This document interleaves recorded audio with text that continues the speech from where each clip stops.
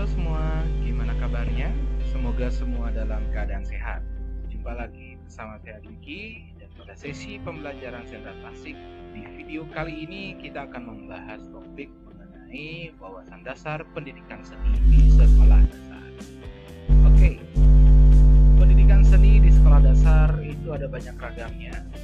Pada hakikatnya pendidikan seni ini merupakan pemahaman estetika atau keindahan dan pengungkapan kembali estetika dalam sebuah karya, dimana karya tersebut adalah karya seni. Seni di sekolah dasar merupakan hal yang sangat penting untuk diajarkan ke siswa dasar demi pendidikan yang seimbang antara kecerdasan emosional dan kecerdasan kognitifnya. Jadi di sekolah dasar biasanya ada berbagai jenis seni yang diajarkan dan dibelajarkan. Yang pertama ada seni tari, kemudian ada seni musik, ada seni drama, dan juga seni lukis. Bedanya kalau seni lukis ini biasanya segmented atau terpisah ya, khusus dia. Bahkan bisa menjadi sebuah kegiatan ekstrakurikuler yang tidak masuk dalam pembelajaran di keseharian. Yang akan kita bahas fokus sesuai dengan mata kuliah ini adalah seni tari, seni musik, dan seni drama. Di mana seni tari, musik, dan drama ini diajarkan secara terintegrasi dalam sebuah pelajaran tematik kalau di sini ya. Mengapa sentra tasik diajarkan secara terintegrasi? Karena ini menyangkut juga dengan kecerdasan secara fisik, motorik, dan juga secara jiwa. Nanti kita akan menuju ke arah. Jadi ketika menerapkan pembelajaran sentra tasik di sekolah dasar, pada opsi atau bagian seni tari itu fokusnya adalah pada gerak dasar tari tradisi, tari kreasi, olah tubuh sederhana, dan juga pada gerak tari keseharian. Sementara di seni musik itu yang dibahas itu adalah tentang vokal, dasar-dasar vokal, kemudian nada, ada juga unsur lagu, di mana dalam unsur lagu ini ada banyak ya, seperti kita mengenal yang namanya ritme, birama, kemudian tempo, dan lain sebagainya. Kemudian ada lagu anak tentunya karena ini di SD, dan selain itu ada juga pengenalan alat musik. Di seni drama itu adalah mungkin yang paling sedikit masuk dalam materi SPDP gitu ya. Tapi di seni drama ini juga salah satu keterampilan seni dasar yang wajib dikuasai atau dimiliki oleh seorang anak SD, karena ini menyangkut tentang mengenal karakter sendiri dan juga mengenal karakter dari orang lain. Jadi dalam seni drama, anak SD diajarkan tentang kemampuan dasar drama, tentang penokohan juga. Biasanya kita bisa ajarkan ini diawali dengan dongeng-dongeng atau cerita, legenda, dan sebagainya. Kemudian penaskahan dan juga bagaimana sih menggarap pertunjukan untuk anak usia sekolah dasar, di mana kita sebagai calon guru akan membuat dan menyelesaikan tugas dalam pertunjukan.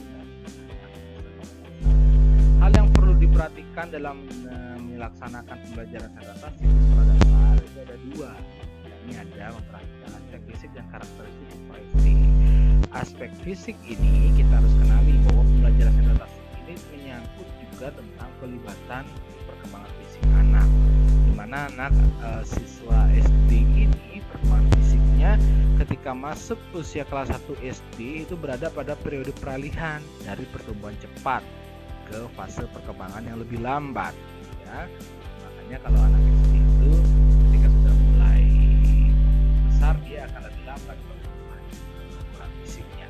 Kemudian usia 9 tahun, tinggi dan berat badan anak laki-laki dan perempuan kurang lebih sama. Sebelum usia 9 tahun, anak perempuan relatif sedikit pendek.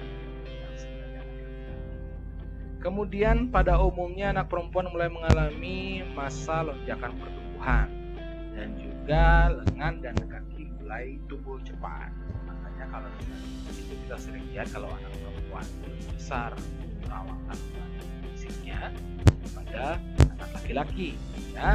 Namun ketika pada kelas 5 anak perempuan juga lebih tinggi dan lebih berat dan lebih kuat malah daripada anak laki-laki. Menjelang awal kelas 6 kebanyakan anak perempuan mendekati puncak tertinggi pertumbuhan mereka, sehingga ketika kelas 6 itu pertumbuhan lambat dan berbeda dengan laki-laki melonjak. Nah, perkembangan fisik selama remaja dimulai pada masa pubertas. Pada masa ini terjadi perubahan fisiologis yang mengubah manusia yang belum mampu bereproduksi menjadi bereproduksi.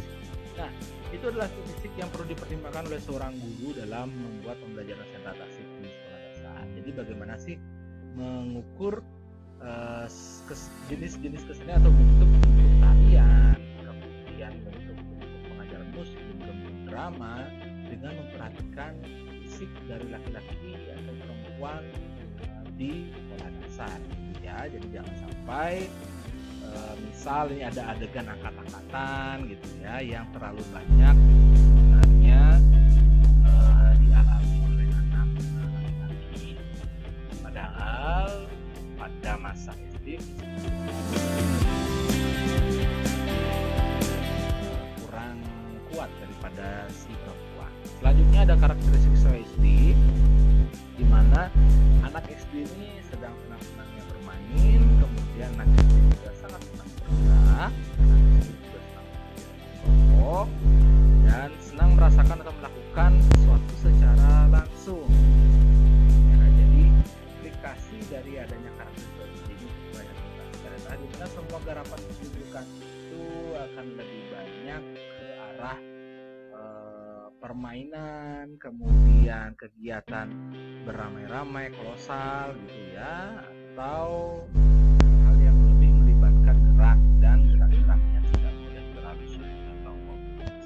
Jadi itulah wawasan pendidikan ini dalam hal penerapan sentra tasik saat. Nanti sebagai guru tentu kita akan menyesuaikan sesuai dengan kondisi lapangan apa sih yang tepat, kesenian yang tepat dibelajarkan untuk siswa sesuai dengan karakteristik usianya. Namun goalsnya tentu saja ini harus membantu siswa menemukan minatnya dan menemukan kemampuan apresiatif terhadap kesenian. Terakhir adalah alternatif. Dalam kesenian ini kejiwaan seorang anak terlatih.